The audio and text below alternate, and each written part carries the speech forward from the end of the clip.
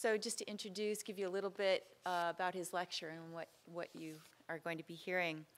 Matt points out that much of the plot in Norman Maclean's A River Runs Through It is driven by the various characters' attempts to help each other.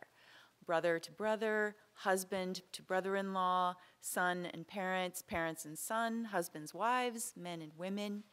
And in many ways, then, Mark argues, the novel is a meditation on in our own impulses to help those around us. In his lecture, Mark will raise and explore questions about this impulse to help others. What is the source of this impulse? What does it mean to help someone? What are we doing when we offer help? What kind of help can we really offer? In what ways do we need help? And to what extent is help really helpful? So join me in welcoming Matt Murray.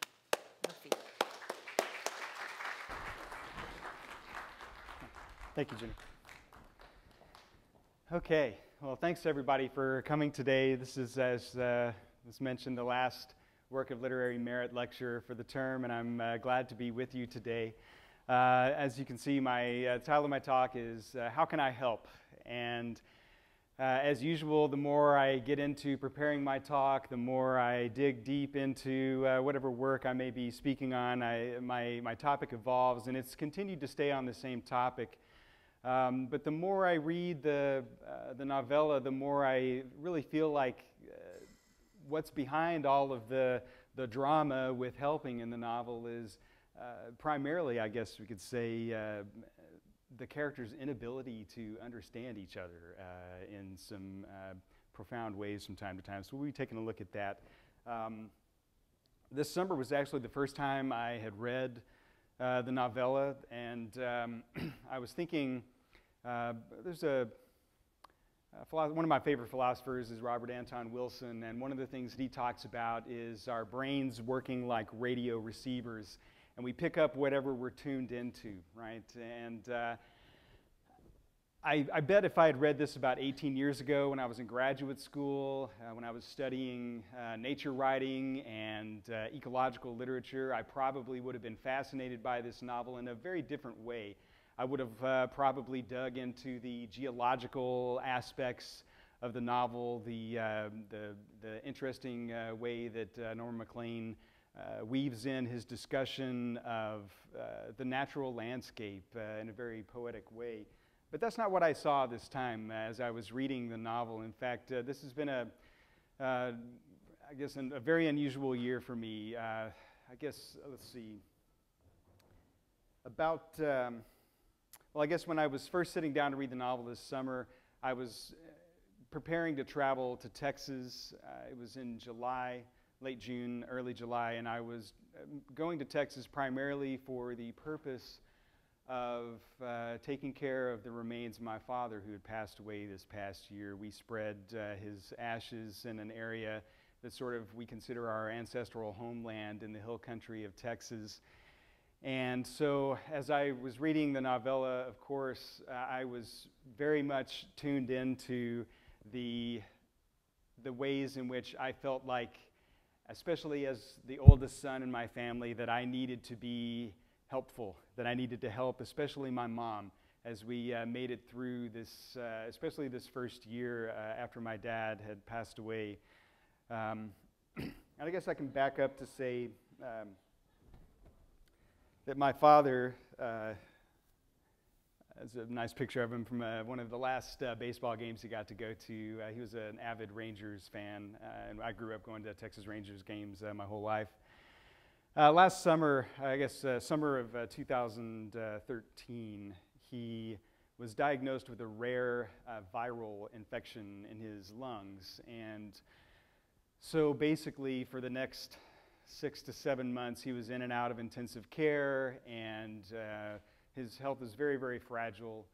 And about a year ago, in December of finals week, I got a call from my mom saying he was back in intensive care unit, and that his situation was very dire, and that we needed to, my wife Heather and I packed up and drove back to Texas to to try to be there. And unfortunately, by the time we showed up, my father had already gone into a coma. And so at that point, I had never experienced anything like this, and it was a challenge to me to know how to respond, to know what to do in that time. And again, especially in the type of family that I grew up in, I felt like being the oldest son, I needed to be a helper. I needed to be there to help my mother, to assist her in any way that I could, and also just to be there for her psychologically and physically, because her health isn't so great either. She struggles as well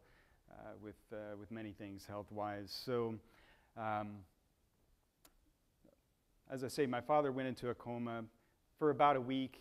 He stayed in that state, and we didn't know what to do.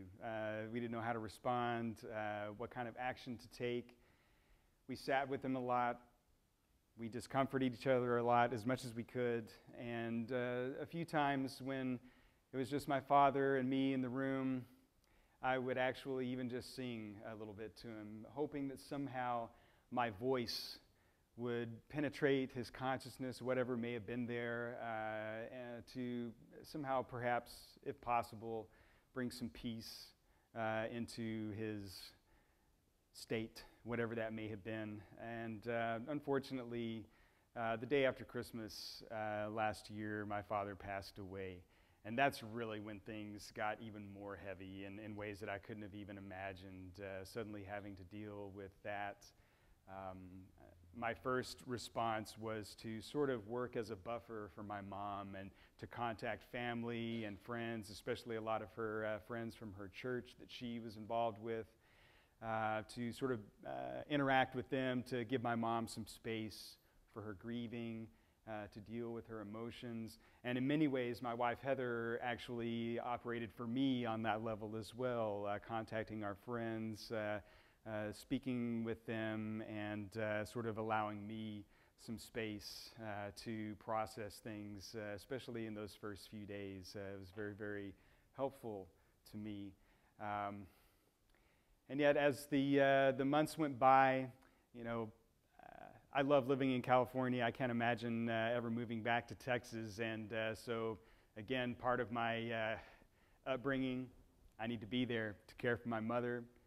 So I've got a little bit of residual guilt about that, right? I'm almost 2,000 miles away from her. How am I supposed to help her? What can I really do?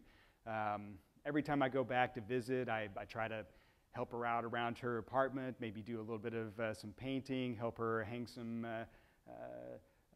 artwork on the walls, do some cooking for her, help her clean up, do various things like that.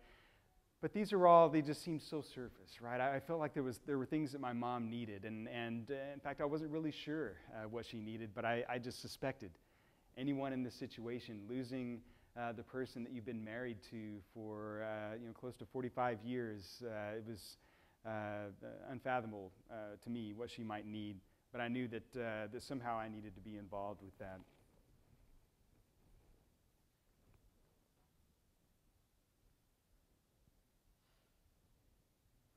So as I say, when I was traveling to Texas, I could really identify with Norman quite a bit in his struggles to know how to help his brother, how to help his brother-in-law. He knows that he needs to do these things. He's been asked to do these things, but he struggles constantly through the novel to know what to do. And I felt like that's right where I was, in fact. So as I was working through these ideas about helping, I ran into a really great book here at the library over at Mahoney, and it's a book by Edgar Schein called Helping, How to Offer, Give, and Receive Help. And in fact, he gives us a really interesting definition of helping here. He defines it as the action of one person that enables another person to solve a problem, to accomplish something, or to make something easier. I always like to start with some basic definitions like this so that we can think about what it is that helping is in this case, what it is that we're talking about, what are we trying to do.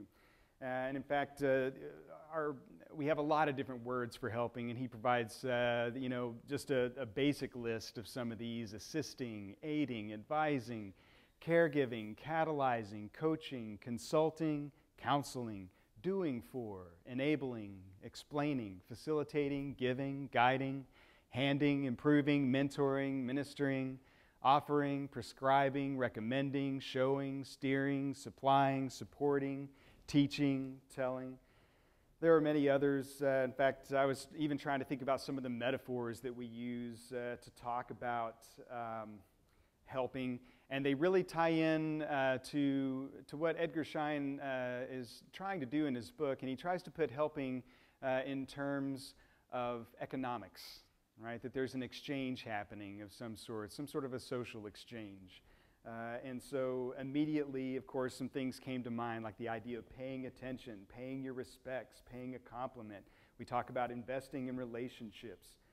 We use phrases like paying off social debts, or thinking about someone that may be approaching us with something. We might ask, what is this person trying to sell me? Or I don't buy it. I feel shortchanged. Often we feel like we need to lend a hand, or that we need to give a hand. And in fact, those get even more interesting metaphorically, I think, when we start to think about the parts of the body that we indicate in these kinds of metaphors, giving a hand or providing, lending an ear, these kinds of things, right? So, like I said, Schein talks about helping in terms of economics, of exchange. He also talks about it as a type of theater, right? That we all take on certain roles when we're helping, or when we're the ones that are being helped. He also says that helping is actually one of the main ways that we tend to express love and other caring emotions. So helping is a really important thing. And maybe we all have realized this at some point. I know as a child, I early on was, I guess, labeled or referred to as a helper, because I was always willing to help out, to assist whenever I could. I was always eager to lend a hand whenever I could. And I'm sure part of it maybe just have been whatever my generous nature may have been, but I know that also part of me realized that I also get something out of that, right? I get either praise or whatever it may be, that there's something positive about helping other people. And that can be a good thing, right? It could also be troubling from time to time, right? Because we know that people can take advantage of helping situations. So from an early age, we're taught certain cultural rules when it comes to things like this, especially when it comes to governing our relationships, like we call them good manners, tact, etiquette. We're taught to say thank you. We're supposed to pay attention to others when we are spoken to. These kinds of things are all a part of ensuring that there's some sort of an equitable and fair interchange in our helping relationships, right? So, of course, help often starts as an individual either seeking help or offering help. And so almost always it is a matter of developing some sort of a relationship. And so help then becomes just one of many social currencies that work with this kind of relationship. Things like love, attention, acknowledgement, acceptance, and praise. But these things are all often expressed in various ways through our helping behaviors. And in fact, when we keep on going with the rules of helping and in these social exchanges, Schein also reminds us of our social obligations when it comes to helping. If someone asks for assistance, we're obligated to provide it. Or we have to provide some sort of an acceptable excuse if we're not willing to provide that help or not able to provide that help. On the other hand, if someone offers help, again, the person to whom it is offered is obligated to accept it or to have some sort of an excuse for not accepting it. At least saying thank you or providing, again, some sort of a reason for not accepting it if they're not able or not willing or do not want this kind of help. And when we fail with these obligations, we have failed in the eyes of the people around us, right? We haven't lived up to our social expectations, and we're not considered good people, right? We're not good members of society. So again, we learn these things at a very early age, so that hopefully by the time we're adults, we understand the kinds of social debts, actually, that can come with receiving help. And sometimes, of course, this conflicts with I guess I would say our feelings about our independence as individuals, right? that as individuals we're told we should always be in control, independent, that we should not ask for help, or at least I guess I should say this is the kind of thing I learned when I was a kid, right? This kind of independence. Maybe you didn't get that, but that's how it seemed to me. So help is a commodity. It's an economic commodity that has value. And so if this is true, one of the questions that came to my mind is, why is it that we're often hesitant to ask for help, maybe even hesitant to offer help? Why are some of us adamantly opposed to accepting help, like Paul in the novella? And I think a lot of it has to do with, again, proving our independence, proving that we have an ability to be in control of our lives.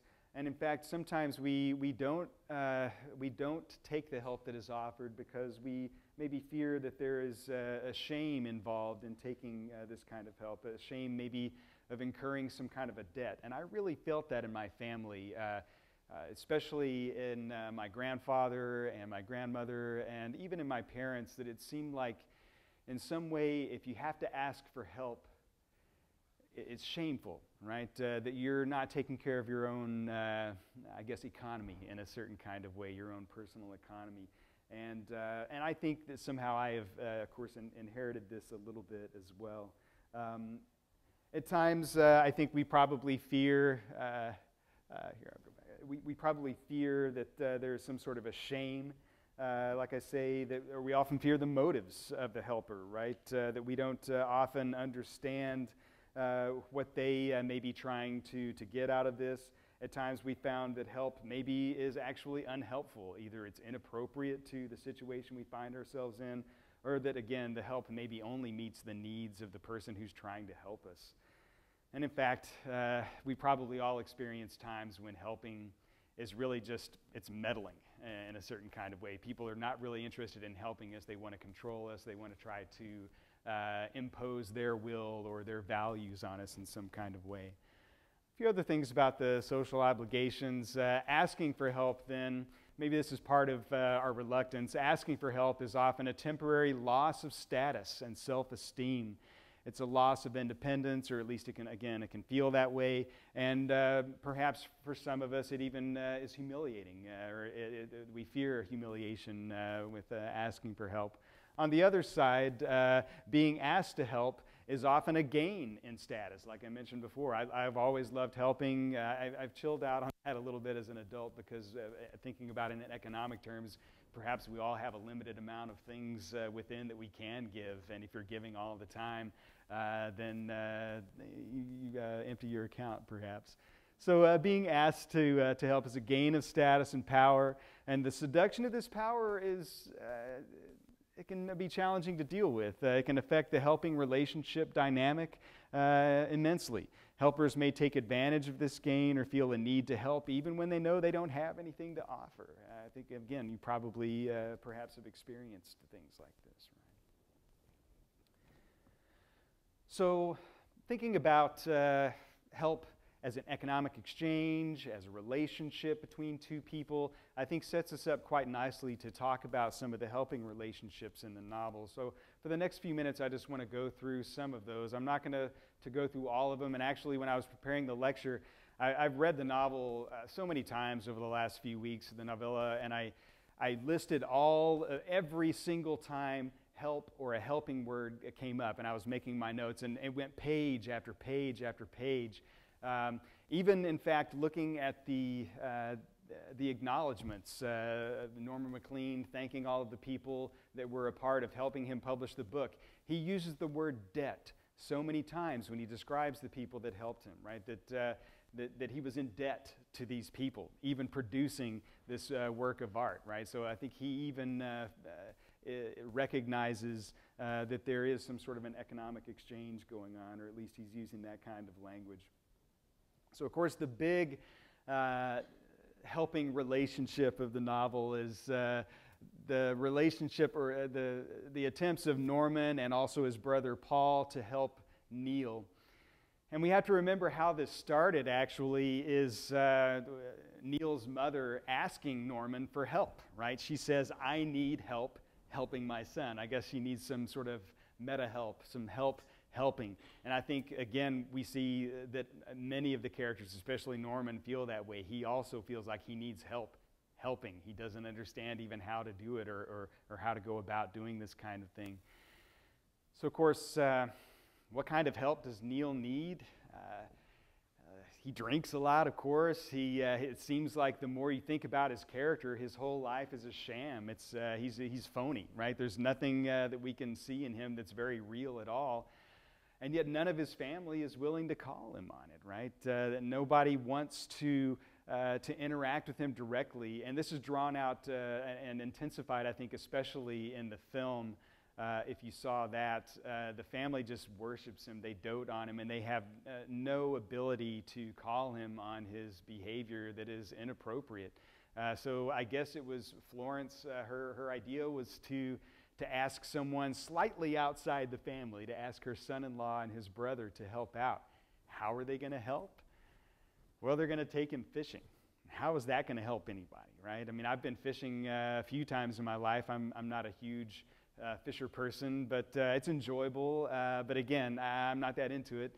And maybe because of that, I don't see how it can be helpful. The closest that the novella gets to describing it is talking about how it is maybe a matter of just physically being at least half immersed in an icy cold mountain stream is going to keep you from certain types of inappropriate behavior. You can't be drunk and pull off that kind of effort, right? You can't be, you're not going to convince someone like all old Rawhide to jump into the water with you and hang out with you while you're fishing, right? So maybe that's part of the idea, to get Neil out of his element, to get him in a place where his typical behavior is not possible. So at a certain point, they've taken Neil out fishing, and Norman just kind of leaves him behind at a certain point. And you have to wonder why. Norman knows the whole purpose of this trip is to help him out, but he just kind of leaves him there, right? And maybe that's because Neil was really, he was clearly very, very hungover, not in any kind of shape to be doing this. Of course, from the McLean's point of view, that's no excuse, right? Having a hangover is maybe just something you have to deal with if you're going to be someone who drinks and you need to get up at 6 a.m. and be ready to fish anyways. But at a certain point, Paul says, hey, man, we're supposed to be helping this guy. And they go back and forth a little bit. Norman says to Paul, do you think you should help him? And Paul says, yes, I thought we were going to. How? I asked. By taking him fishing with us. I've just told you, I said, he doesn't like to fish. Maybe so, my brother replied. But maybe what he likes is someone trying to help him.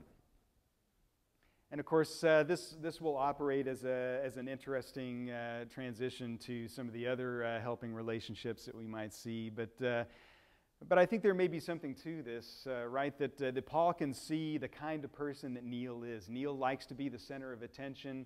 He likes people sort of almost sitting at his feet and hearing whatever lies that he's spinning at that particular moment. He likes this kind of attention, even if it's this weird kind of negative attention of people, trying to offer you some kind of help that they believe is direly needed in your life. So this passage, I thought, really sort of illustrated, again, one of the moments we see in the novella where Norman really doesn't know what to do. He doesn't understand how to help this person.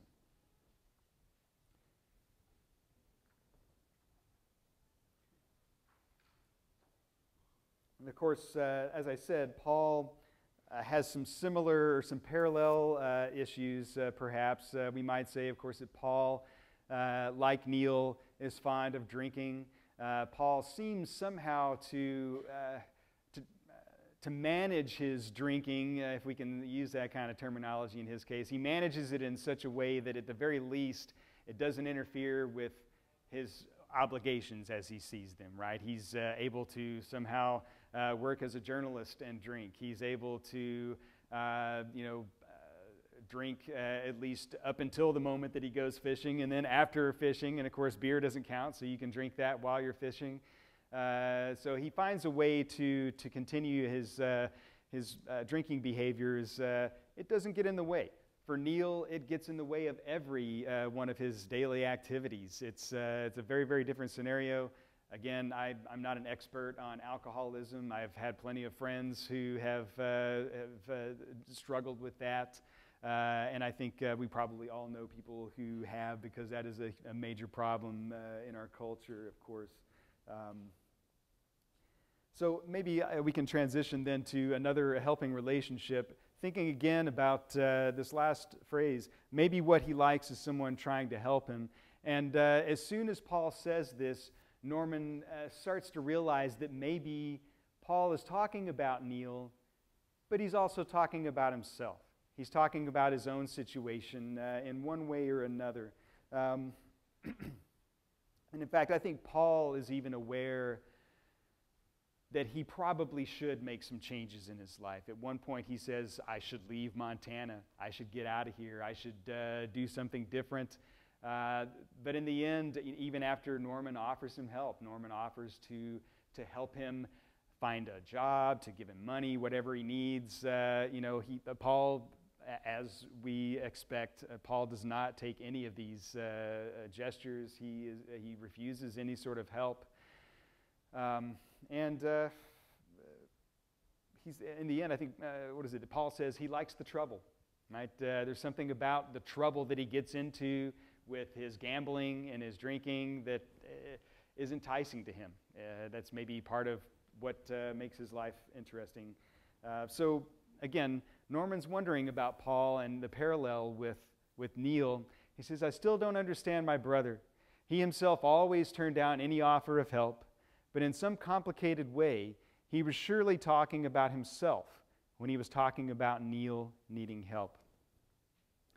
And again, even though we've got the word surely, I don't know that Norman even knows, right? I think that's, again, the constant theme in the novel is that Norman doesn't know. Norman doesn't know what anybody needs, and he doesn't know what part of himself to offer, even if he does. All of his efforts to help are very, very clumsy, and they often seem to be misguided in one way or another. And of course, no one in Paul's family seems to be willing on their own, at least, to step up and try to confront Paul with his behaviors, if we do consider them problematic. Again, one difference between the novella and the film is we do see a very, very brief attempt at the family to try to engage Paul with some sort of a discussion about his drinking, but that does not go very far at all, right? He cuts it off before they can even, get a full sentence in about it. And I guess I have to say that in general, I was I guess disrespect to Robert Redford. I was very disappointed in the film.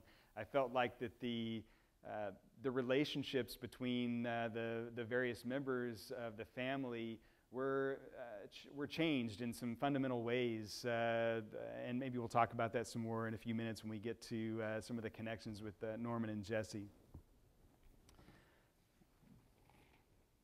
But so how does Norman start to help Paul? It's because of the intervention of the desk sergeant. When Paul is arrested for some drunken violence, he and Manacita are both thrown in the drunk tank, and Norman shows up to bail them out, and the desk sergeant says, your brother needs help. You need to help your brother. And he even says you need to take him fishing, right? And Norman even admits to the desk sergeant, I don't know how to help him, right? And the desk sergeant says, I know what you're talking about. I have a brother with the same problems. I take him fishing. That's the key. And again, I'm not sure if that's really this magical heal-all that the family believes it is, or the culture in that area believes it is, but maybe there is something to that. We'll come back to that in a few moments. So the brothers try to help Neil, and it's not working, right? Norman is trying to help Paul, and again, it's not working. And I don't know how many of you have had a chance to look at the talk that Norman MacLean gave that's printed in essay form called An Incident Making a Part of a Story. But Norman even admits the author McLean admits in this essay that he still doesn't understand. He still doesn't know. And he says that the novella is about his inability to understand how to help, right? And so I'm not sure in the end if we're going to get any answers. And once that started sinking in on me, again, thinking about what I was tuning into, I felt like I needed help. I needed help knowing how to help my own family. It started to really frustrate me as I was making my way through the book, because I could see everyone in the book, they don't know how to help each other either. They want to. They feel an obligation, or they feel some sort of a compulsion, maybe some compassion, empathy, love, and yet they're not able to make this happen. So I found it very frustrating. Although I guess I can say maybe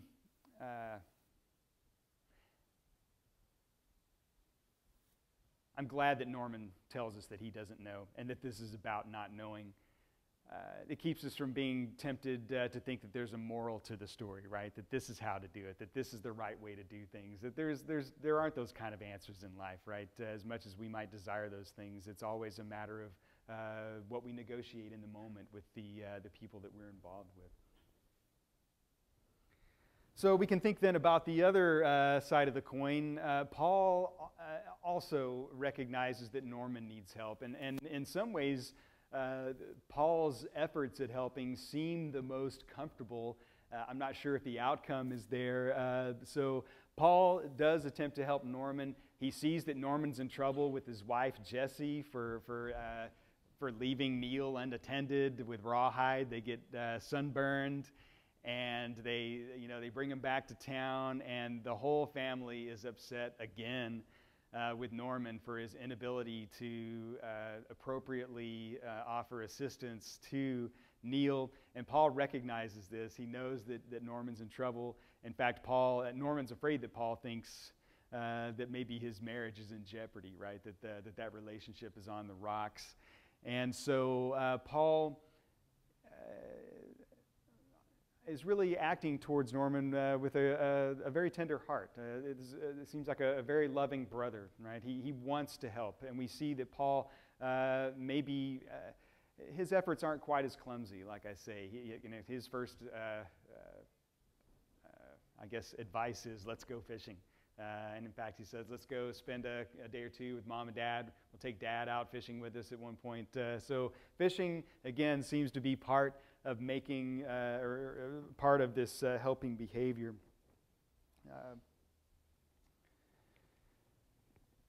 But even in this, it's hard for Norman even to recognize what's going on. At one point, Paul and Norman have gone over to spend the night at their mother and father's house. They're going to get up early the next day to go fishing.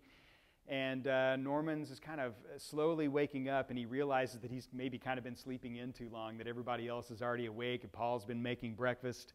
And Norman's thinking to himself, our customary roles had been reversed, and I was the brother who was taking fishing for healing, for the healing effects of cool waters.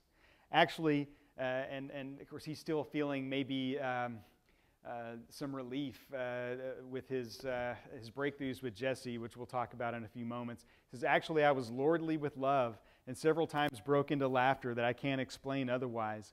But he could have thought that I was trying to be brave about having made a mess of my life. I don't really know what he thought, but he was as tender as I usually tried to be with him.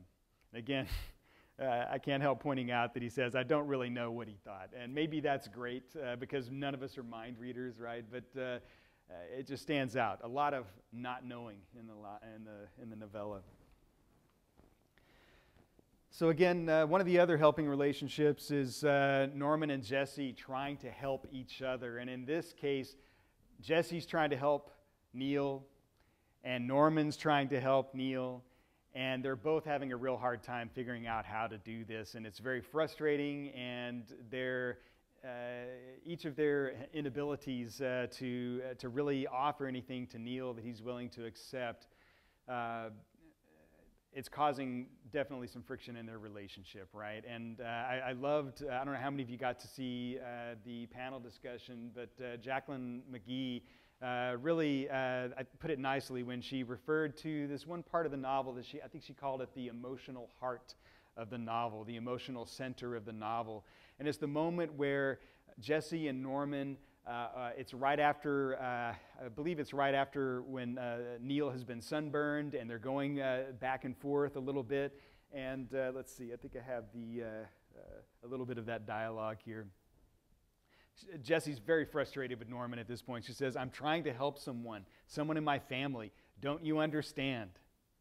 Norman says, "I should understand. I'm not able to help," she said. "I should understand that too," I said. But even that, even understanding that he doesn't understand,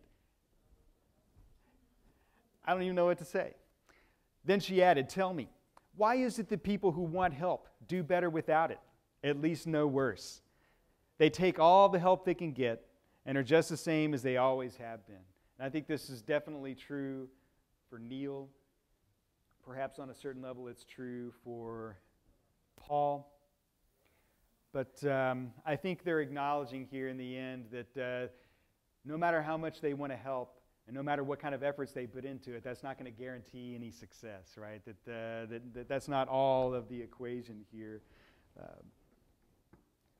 But I think it's a beautiful moment in the novella, because even though they don't understand and they're both very, very frustrated, the scene ends with them expressing some genuine love for each other. And it's a very, very beautiful moment, probably one of the most beautiful moments in the novella, at least from my point of view.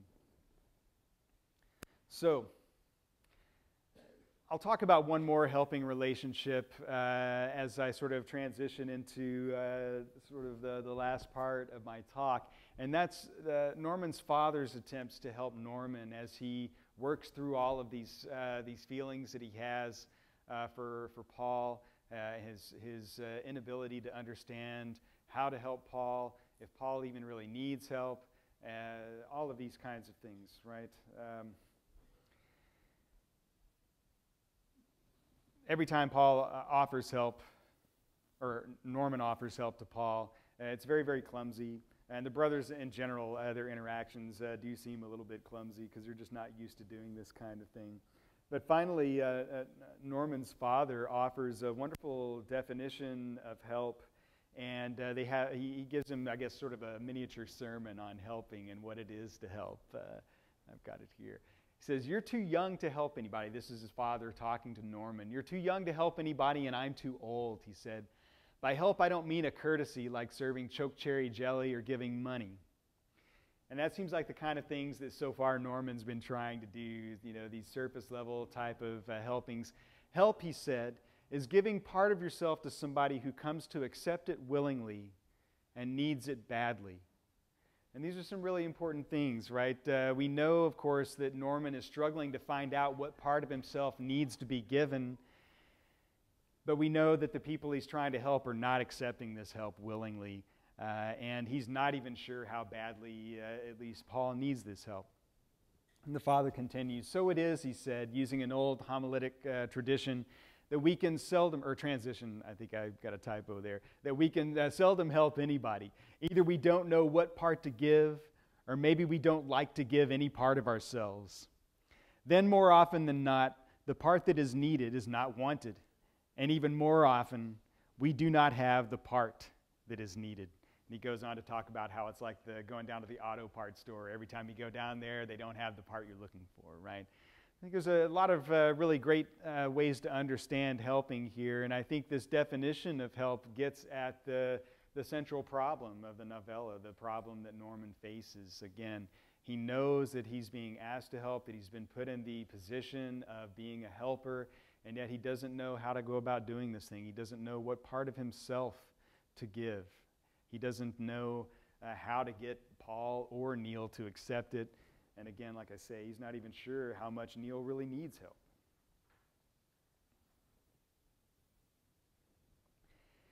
And he's saying all of this, of course, to his father. "I don't know, what am I supposed to do?" And his father says, "Well, one thing we do know." And this is after Norman says, "I'm not even sure I understand Paul, I'm not even sure I know him." And his father says, "Well, one thing we do know is how to fish, so we'll take him fishing," right? And they go out together on their fishing trip, their last trip together near the end of the novel. And as I was thinking about what it is that fishing does for them, one thing that maybe worked for me, and I haven't hammered all of this explanation out yet, but I was thinking that for them, fishing is a type of mystical union, or an attempt to have some sort of a mystical union with the cosmos, right? And I think that's how this idea of the river running through everything, and that interesting last couple of paragraphs of the novella really sort of get into sort of some mystical poetic language there. And I think he's trying to explain what happens when they're out there on the river and they're fishing, that everything starts to fold together into one thing. And that's exactly what mystical experience is, when there is no more separation between you and the other, that everything has become one. And so fishing for them perhaps is the beauty of fishing. It's not necessarily even how many they have in their basket at the end of the day, right? It's the experience, it's being there, it's the interaction with all of the other elements in the cosmos that have suddenly and inexplicably merged into one thing, right? And I think in a parallel way, Norman's father also tries to recommend, for Norman at least, writing as a way to come to an understanding of these things, right? Maybe a possible way even to understand how to help people, how to understand what part of yourself to give, to understand the helping relationship. And I thought that could really connect to probably some of the experiences that a lot of you are having in your English classes, right? I don't know if you're in maybe English 100, English 1A, or some of our other offerings here, but you're doing a lot of writing. You're struggling to understand concepts and to explain them not only to yourself, but to your peers, to your instructors. And I think a lot of times for us, the writing process is sort of like butting your head up against an idea until you understand it, right? Until you can start to articulate your thoughts about that particular idea. I also, I love to read. I'm constantly reading. And another book that I've been reading right now, or actually rereading, is a science fiction novel by the name of Stranger in a Strange Land. Has anybody read this? Any Robert Heinlein fans out there? Well, there's an interesting expression that is coined in that book, and it later became part of the subculture in the United States. It's the verb to grok, G-R-O-K. And it really, there's I don't think I have a slide of this, but this is a definition that's given in the novel.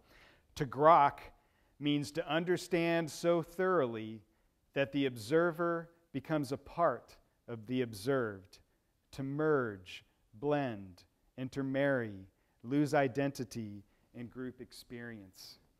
And I think there's a way in which we can see that's perhaps a little bit of what happened to Jesse and Norman in that conversation, that they both realized they were involved in the same thing, that they were not two people that were trying to fight with each other, or that they shouldn't be that, right? That their conversation as it evolves leads them towards a remembrance of their oneness, an understanding of their oneness in their marriage. And I think that, of course, Norman and his family would use the term grok, but again, I think that that's part of Norman's problem. He does not grok his brother-in-law. He does not grok Paul. He does not grok very many things. I mean, even himself, maybe on a certain level.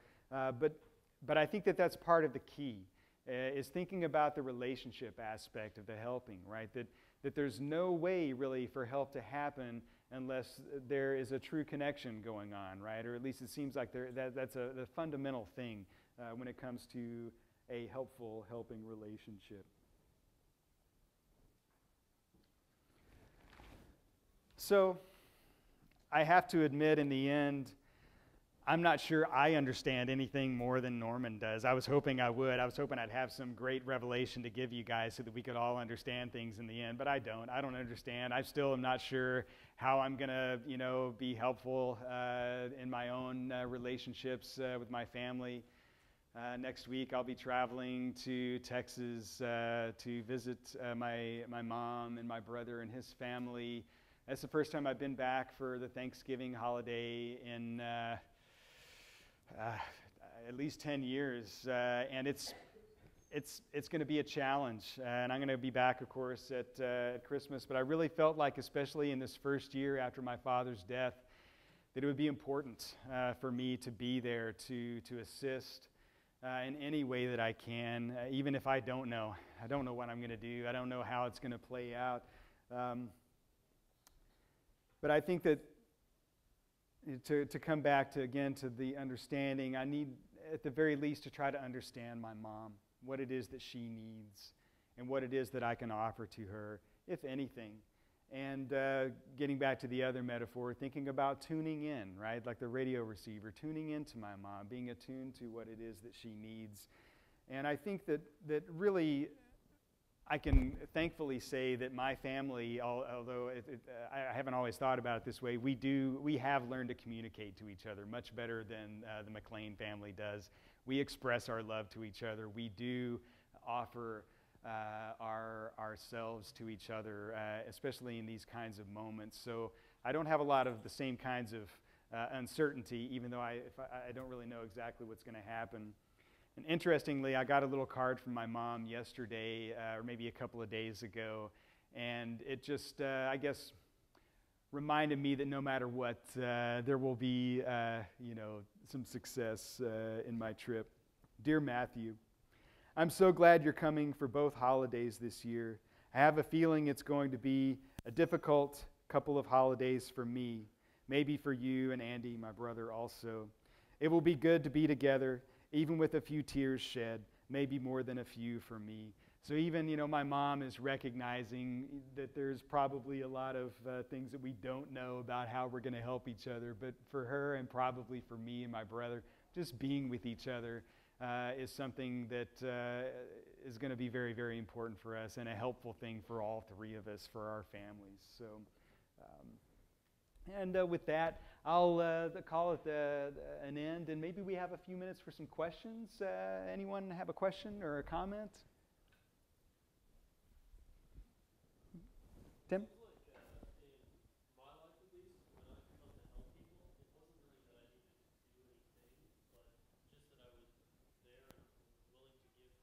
Okay. Did you see anything like that in the novel that some of the characters realizing that? Well, I don't know if they realize it, but I think that's part of what's happening, right? The idea is, is help really just a matter of us just being there and being ready and willing and able to offer whatever may be needed. I think that that's definitely what's happening with Paul, right? When he's there for Norman, and maybe to some extent or another with Norman, again, even though neither one of them may be fully conscious that that's what's happening. I think that they know that perhaps at least that's a start, Any other thoughts? Yes, Ed.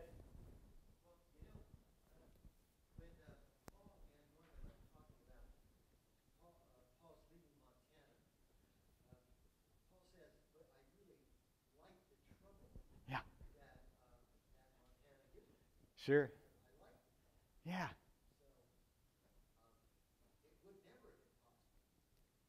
Yeah. Yeah, I think in the end, we kind of have to trust Paul on that, right? That if he wants trouble, then man, maybe he should have his trouble, right? I don't know. Other thoughts? Questions? Well, again, I thank everyone for showing up today. If you have any other thoughts, I'd love to hear them, and have a wonderful afternoon.